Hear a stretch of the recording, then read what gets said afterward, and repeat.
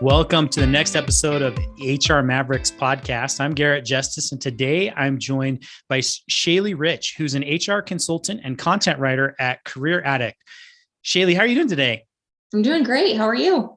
Great. It's so awesome to have you on the show. I'm especially excited to talk to you. Shalie, for those of you who don't know, Shalie has been helping so much with our HR Mavericks community. So if you're an avid reader of the HR Encyclopedia articles, you might recognize Shalie's name because she's contributed so much there. So we really appreciate that and are super excited to have you here on the show today.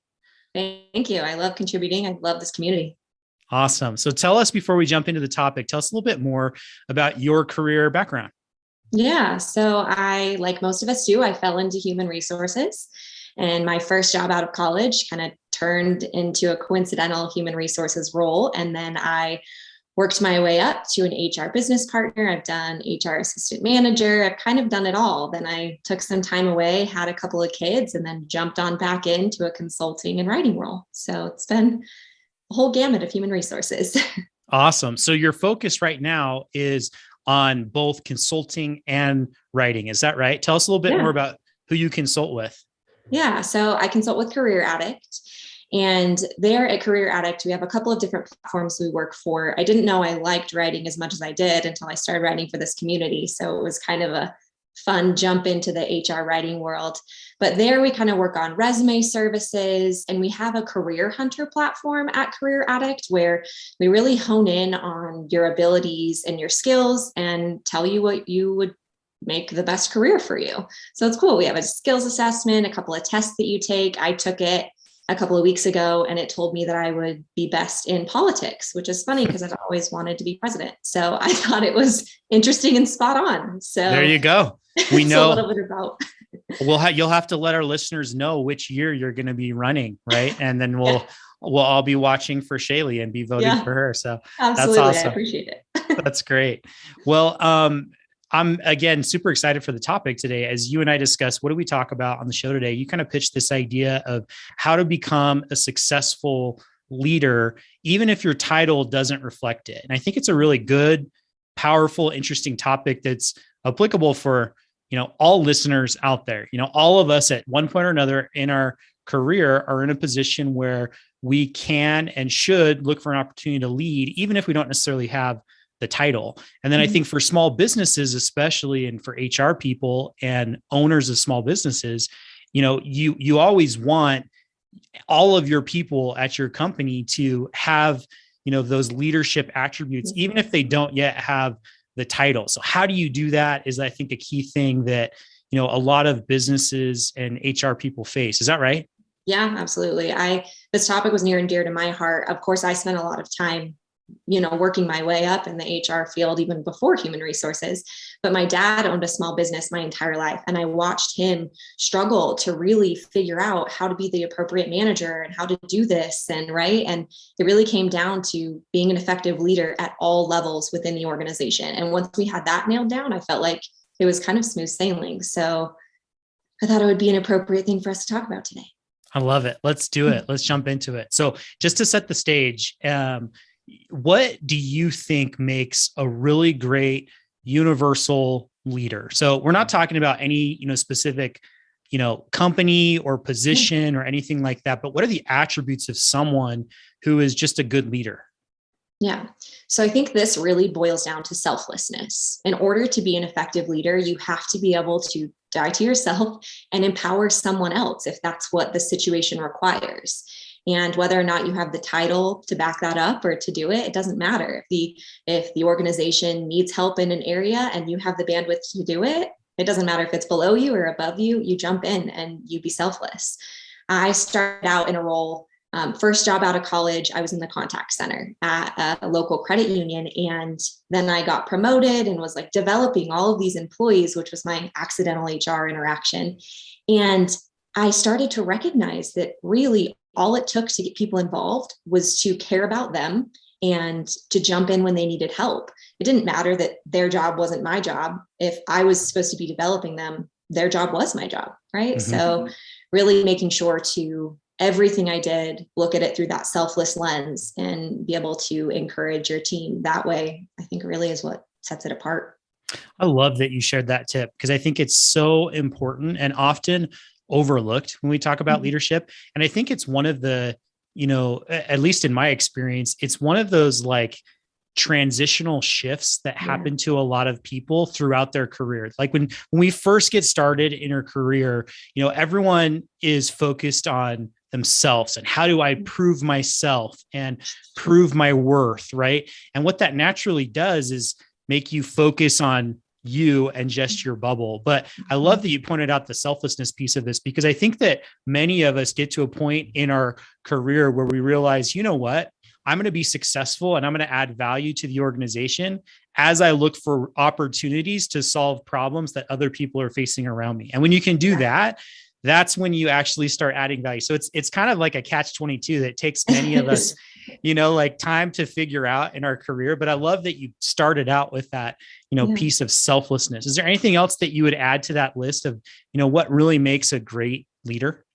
Yeah. And I think learning with the selflessness, I think learning from your mistakes. One of the things I watched with my dad growing up is he had a small car dealership and he really worked on the selflessness, but it was hard, right? You gotta squash that pride, like you just said, you gotta put aside like, well, I have to look like I'm doing my job, I have to do that. But you also have to be able to learn from the mistakes that you've made, own them, learn from them, and then allow them to move you forward and help you grow. And I think that a lot of times we get ashamed of our mistakes, especially like from the small business perspective. And growing up with that with my dad, he was like, well, I don't want to come to my entire company and tell them that I just failed. Why not? Right? Like they're going to think that is so powerful that you humbled yourself and came to them and were able to say, like, I made this mistake and here's how I think we can not make this mistake in the future. Right. So the selflessness, learning from your mistakes and humbling yourself really makes you not only great at managing the team, but an effective leader. Yeah, and again, I'm glad that you pointed that piece out too, because I think that it's so powerful. Like you mentioned, it can be so much harder sometimes in a smaller environment, in a small business. But really, it there's a cultural aspect of that too, right? It's like as a leader of a company or an owner, how are you facilitating a culture where people feel comfortable admitting their mistakes, right? And a lot of times it happens through example. That's how a lot of times cultures are created, right? It's really about, your senior most people and are they showcasing certain attributes in action, and that's when other people feel comfortable following and doing the same thing, right? Absolutely. Awesome. Love it. So, we talked about these attributes of a really great leader. How do you really encourage this type of, individual leadership first within yourself? So if you're someone listening who, wants to show more of this leadership through selflessness, through being able to learn and admit those mistakes, how do you really start on that path of doing more of it or doing better with it? Yeah, I think a good place to start is being able to see the forest through the trees, being able to recognize that today's problems are tomorrow's successes, and being able to notice the vision for the future, right? So looking at your day and being able to say, okay, I may not know all that I want to know. I may not be where I want to be, but how do I get there? Right? If you're an HR professional just starting out and you have these big dreams, you want to be an HR business partner. You want to be the CHRO of your organization, large or small. Do you know all of the functions are, right? Do you know where the gaps are in your organization? That's what I would do, right? To find that leadership within yourself is really just empower you to fill in the gaps, find all of the ways that you can help in your current position and grow with that, being able to recognize that it's not about everything you're doing right now. It's about the future that you're building for your company, for your teammates, and for yourself. Yeah, I think that's a really good point because, like we were talking about before, sometimes you might work in an environment where culturally it can be a little scary to shift time away from self and focus on others and also admit your mistakes. But what I like about what you pointed out is it's not necessarily about the culture that you're in at the moment. It's about the ideal future that you want to build. And what are you going to do today? You might have to go out on a limb a little bit and take some chances in your current organization if they're not necessarily supportive of that behavior. But the best leaders out there always going to realize that that's great leadership, and they're going to appreciate the people who do that. So I like that you pointed that out, because sometimes we can get crippled a little bit by our environments if we're nervous about how others might respond. Is that right? Yeah, yeah, absolutely. And I think from my personal experience, I was here in Utah. I was thriving in my human resources world. And then my husband got into physician assistant school and we had to move to Las Vegas. And I had to basically start over, right? Like transferring to Las Vegas, I started in an entry level HR administration role out there. And I was like, I was working my way up. I was doing great. What do I do? And I did just that. I took the time. I learned the entire HR function for this organization that I loved. And it just came to happen that one of our HR partners was retiring. And they were like, okay, well, we're just going to hire and we're going to staff this role. And I went to them and I was like, I think I can do this. Like, I've been doing it, right? Like, I've been doing all these functions. Do you guys think you could give me a chance at giving this a whirl? And they did. And it was a huge step forward in my career. And it was, humbling for me that they trusted me, but it also, I knew what I was doing, right? I didn't get in over my head because I'd spent half a year really learning all these functions, even though it wasn't in my role. I went above, I took that time. I was leading in any way I could and filling in gaps. And then I was able to actually step into a role that was, a huge step forward in my career, and it was worth it. Yeah, that's awesome. And I would bet that, it wasn't just them taking a shot in the dark, but they'd seen you, and they'd built that trust over the time. They've seen you going above and beyond and leading in that individual role. And that's probably part of the reason why you're given that chance, right? Yeah, absolutely. They were like, absolutely. Let's go ahead. I'm like, oh, thank you for taking a chance. They're like, well, you've been doing it, so you might as well just get the title for it. Right. And that's awesome. It was great. It's a great way to awesome. Lead your way up. Yeah, that's so great. Okay. So we talked a little bit about those attributes, and then also what can you do as an individual? But then if there are those other, business owners out there of those small businesses, like we talked about, or the HR leaders, how do you encourage this type of individual leadership within others across the organization? Like, how do you foster and build that culture so that everyone across your organization feels comfortable showcasing this individual leadership, like we talked about? Yeah. So I think it really comes with a culture of never being above any work, right? Never being above any work. Like from a director level, you need to be able to jump in, all hands on deck whenever there's need. As a manager, you need to be able to step in and do some administrational roles if there needs to be. I think that in order to create this type of leadership culture and, empowering your individual leaders, it needs to start from the top, and it needs to be those people really making sure that from there down, there's nothing beneath them. There's nothing that they wouldn't do. And the minute I think people start seeing business managers in small businesses, in large businesses, anybody starting to help with the day-to-day, that's the type of culture you want. That's how you build a leadership culture for individuals. People get empowered in their roles and they're able to empower others. Yeah. You know what I really like about this too is it's a great opportunity when you can start doing this at a company to like have those internal stories that kind of illustrate values of the company, right? Like it's just kind of something that will naturally spread if, you see one of the senior executives picking up trash on the floor and putting it in the trash can, or cleaning up after a team lunch, or, what I mean? You notice those things, and those are the things that kind of just naturally and organically spread to others and help others feel comfortable, doing similar things at the organization. Right.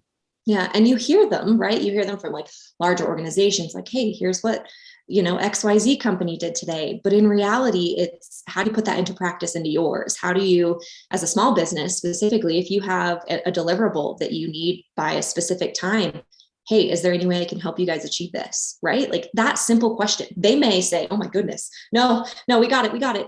But really mean it, like absolutely. Like, no, we got it. We'll get it to you on time. Okay. Well, I really believe in this. Let's do it together. Like really making sure that it's an environment where you're all empowering each other. And from the HR spectrum, if an HR manager needs something at a specific time, jump in, help your team. Seeing that's it's going to do wonders for their trust in themselves and their ability to lead as they continue in their career. Yeah, I think that's totally awesome. So as you've worked with small businesses who have tried to do this and really help the individuals and then foster a culture where everyone can have that individual leadership, do you have any examples of where you have seen this work really well, or the impacts that companies have seen as they have, done this? Yeah. So National Debt Relief was a company that I worked for, and they were very small. I mean, they're a huge organization globally, but when we started in Nevada, it was just us, right? And it was very small and it was very overwhelming. And we had support of the New York office, but I remember the manager of that office coming around, and there was a lot of sales calls coming in at the time because the people of Las Vegas were like, tell us about what you do, lots of questions. And the manager came out and started taking calls. And I remember pulling out my phone. This was, it was 2016. So it was different time back then. But I remember pulling out my phone and recording it and sending it to our New York office. That's the grassroots. That's the all hands on deck that we're talking about, that you really see. He wasn't just saying like, I'm here for you. He really did it. Mm-hmm. And I think that was beautiful. I mean, growing up, my dad always did stuff like that for his company, but I just assumed that was just my dad and how it was. I didn't know it was actually a culture that you could foster. Right. And watching that happen, and that's what I'm talking about, getting out there on the floor and doing it with your team any way that you can, helping. Yeah, I love that. Such a great example. So this has been so awesome, Shalie. I appreciate you joining and sharing, these simple but super powerful thoughts with us. And I think that there's something that everyone can take away from this, whether you're an individual and you want to work on fostering that individual leadership, even if you don't have a title, or whether you're an HR person or business owner and you want to foster more of that culture at your company to encourage more people to do that. I think there've been so many nuggets in, what you've shared today. So thank you for sharing this with us. Appreciate it. As we kind of wrap up here, one of the last questions I really like to ask everyone, because this HR Mavericks community and this podcast, which this is a part of, is really focused on democratizing HR best practices. So we like to give everyone who joins the show a chance to just share one practical tip that our listeners can do this week to improve their HR or people functions. So for you, what's your tip of what would you recommend people do this week to improve their HR or people functions? Yeah, that's a really great question. And I think what I've seen work, and I know it's going to sound silly, but listen, always listen. As a managerial level and above, listen to your team, find their pain points and help out. As an HR professional, we're really good at stepping in, planning, developing, organizing, talking, but listen for the best way to become good at all of those things and really step it up. I think that if I could give them one thing, it would be just listen and observe, and then take that and move forward. I love that tip. And if I can add just one piece to that as well, as that just sparked something in me for people like me who are naturally wired as problem solvers. And I know there are people out there who are listening. Sometimes I have to remind myself to just listen and not listen with the intent of trying to solve someone's problem, but just listen. And because sometimes that can be enough and can go far enough, in helping your team. So love that tip. In listening, they may solve their own problem, right? And that's what we want. Then you're empowering them to lead themselves, and all you did was listen. That's right. It's perfect. Awesome. Well, Shalie, if there are listeners right now who want to get in contact with you, that have follow-up questions on this topic or want to learn more about you or your company or what you do, what's the best way for them to get in contact with you? Yeah, I think best way, LinkedIn, reach out on there, message me. We can talk that way. Happy to connect with anyone on LinkedIn. Okay, awesome. We will drop the link to your LinkedIn profile in the show notes, so you can check that out if you're listening and want to get in contact with Shalie. So Shalie, thank you again so much, and hope you have a great rest of the day. Thank you. You too. See ya.